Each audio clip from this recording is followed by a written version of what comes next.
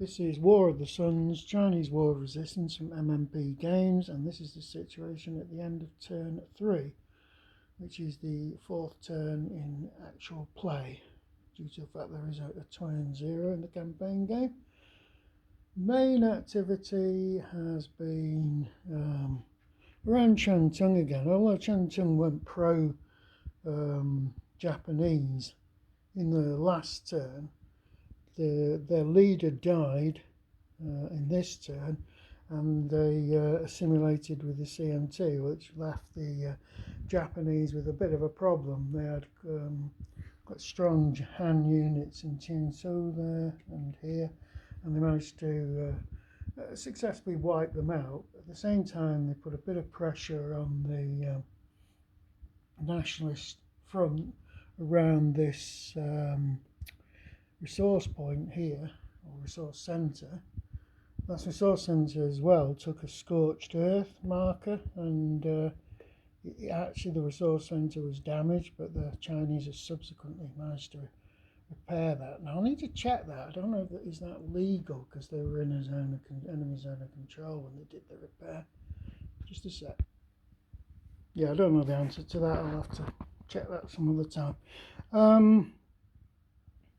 Yeah, the scorched earth marker caused the KMT units to panic and destroy the resource centre and the bridge at that particular point. Chinese forces have taken a bit of a battering along the main front here, but they've actually dealt out a first attack where they successfully did in the Japanese and won a victory. They caused quite a few casualties, and quite a lot of Japanese divisions have had to break down to maintain the losses. But at the same time, the Kuomintang have taken a lot of losses around this area. A lot of them were non-replaceable units, which is interesting. The situation up in the west has been pretty static. The communists never really got strong enough to attack, and the Japanese are quite happy to defend the territory in that area, while the Japanese were quite busy in the Shantung area.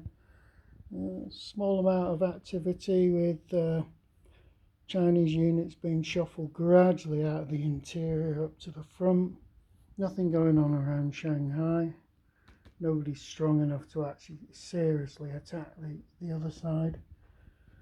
The railroad is still being extended southwards towards Indochina, and the road network is being extended into Yunnan as well. Any other comments? No, not really. The Japanese didn't have any replacements left to do infrastructure. They lost another unit to the Soviet volunteer group. Japan's big problem is its fighters are pretty rubbish. They have got one decent fighter in Shanghai. They might actually redeploy that somewhere else, because we really do need to actually suppress this Soviet fighter group, so our bombers can activate. Okay. Reminds you, strategic bombers went out and completely destroyed the remaining factory up here. Apart from that, it's been fairly quiet. I say fairly quiet, it's just been a regular month. It's not been a quiet month like the winter. There's huge areas of China where nothing's going on at the moment, because the Japanese are concentrating up north to see how far they can get by attacking this main front. Obviously, historically, they started considering shutting down China's access to the outside world. So China at the moment still got quite a supply of FEPs. They've still got 36 foreign economic points worth of resources. Depths, they've still got 50 domestic resource points as well. So they've got a lot of that, but its resource replacement points are starting to run short now. They did actually manage to send another 10 points over to the communists, but they're not going to build up the communists any larger than they are now.